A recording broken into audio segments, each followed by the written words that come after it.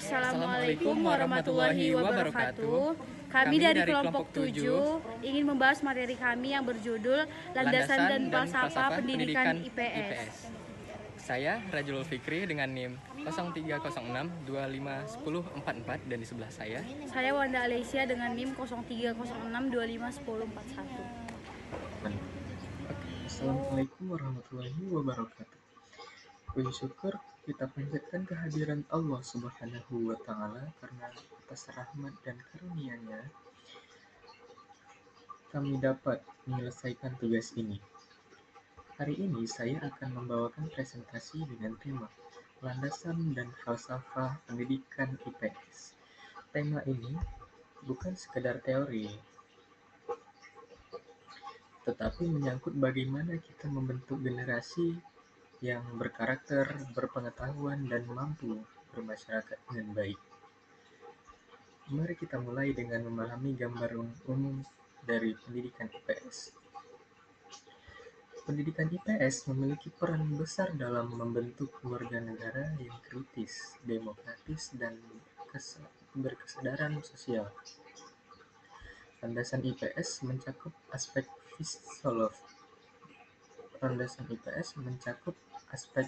filosofis, psikologis, sosiologis, historis, dan yuridis. Dengan memahami landasan falsafah ini, pembelajaran diharapkan berjalan efektif dan menghasilkan generasi yang cerdas secara intelektual, sosial, dan moral. Inilah yang menjadikan IPS bukan sekedar mata pelajaran, melainkan sebuah fondasi kehidupan sosial. Setelah melihat gambaran umum, marilah kita telusuri latar belakang. Mengapa IPS begitu penting? Pendidikan adalah kekuatan, seperti yang dikatakan Somantri. Pengetahuan adalah power. Pendidikan berfungsi sebagai kontrol sosial sekaligus sarana pelestarian budaya. Tanpa pendidikan, kebudayaan akan sulit bertahan. Oleh karena itu, pendidikan dan kebudayaan tidak bisa dipisahkan. IPS hadir sebagai jembatan antara ilmu pengetahuan dan ilmu sosial agar generasi muda tidak hanya pintar secara akademik, tetapi juga matang secara budaya. Dari latar belakang ini, kita bisa merumuskan beberapa pertanyaan penting, yaitu rumusannya yang pertama, apa saja landasan utama pendidikan IPS? Yang kedua, bagaimana peran IPS membentuk sumber daya manusia yang berbudaya? Yang ketiga, mengapa IPS penting di abad ke-21? Pertanyaan ini menjadi arah pembahasan kita. Untuk menjawab pertanyaan ini, tentu kita perlu menetapkan tujuan yang jelas. Tujuan penelitian ini tujuannya adalah untuk mengetahui landasan pendidikan IPS, memahami peran IPS dalam membentuk SDM beradab, serta menganalisis urgensi IPS di era globalisasi. Dengan tujuan yang jelas, kita bisa melihat bagaimana IPS berkontribusi nyata dalam dunia pendidikan.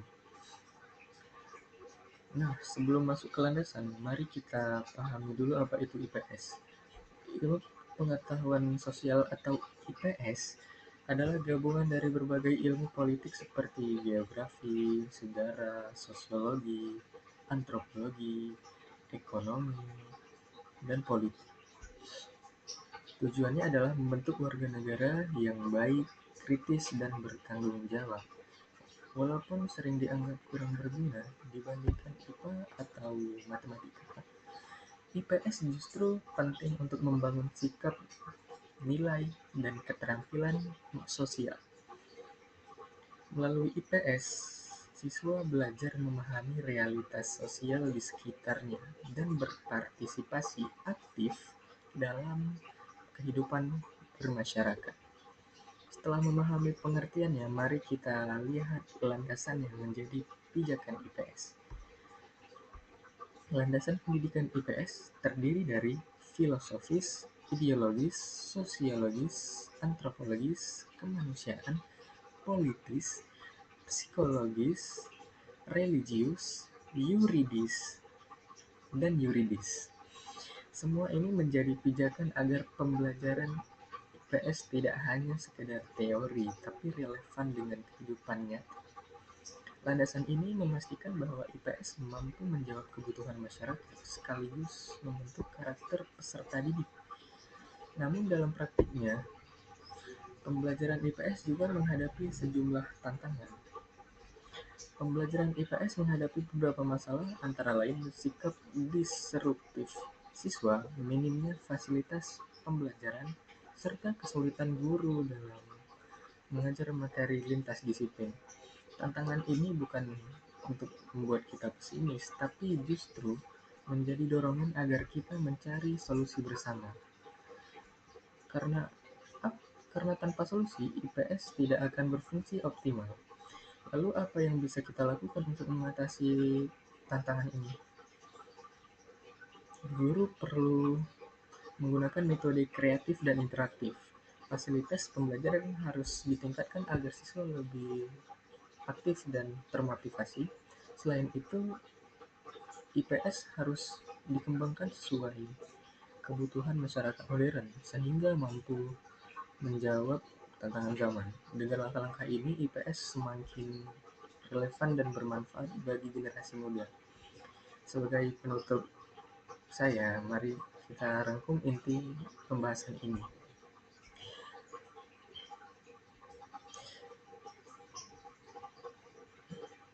Demikianlah bagian yang saya sampaikan mengenai landasan dan falsafah pendidikan IPS. Untuk melengkapi pembahasan, mari kita lanjutkan pada penjelasan mengenai 4 aliran filsafat pendidikan IPS yang akan disampaikan oleh rekan saya, Wanda, sekaligus dengan kesimpulannya. Semoga apa yang kami sampaikan dapat memberi inspirasi dan menambah wawasan kita semua. Wassalamualaikum.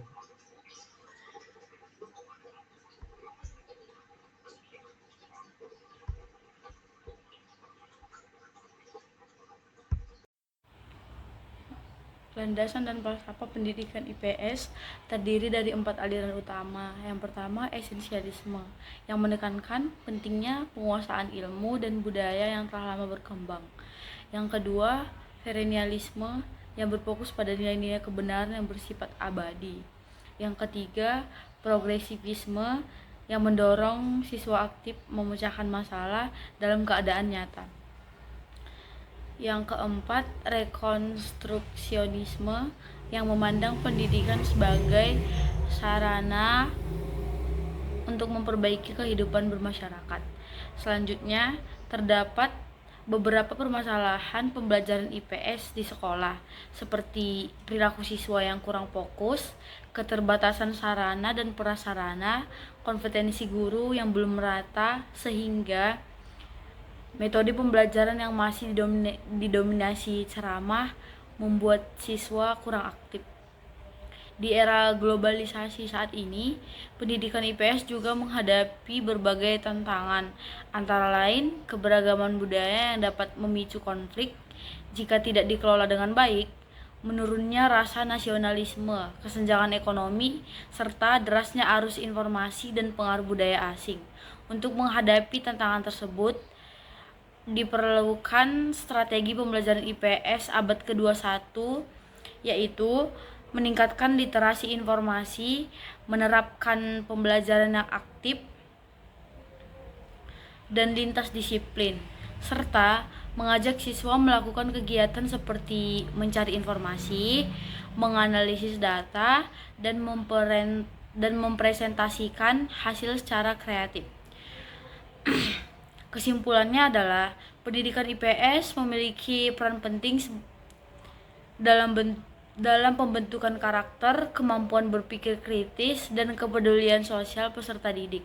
Oleh karena itu, pembelajaran IPS harus lebih inovatif, memanfaatkan teknologi, didukung sarana yang memadai, serta kurikulum yang tetap relevan tanpa meningkatkan nilai-nilai bangsa. Sekian pembahasan dari kelompok 7, yaitu dari landasan falsafah pendidikan Pancasila. Semoga bermanfaat. Semoga bermanfaat bagi kita semua. Kami akhiri dengan Assalamualaikum Assalamualaikum warahmatullahi wabarakatuh.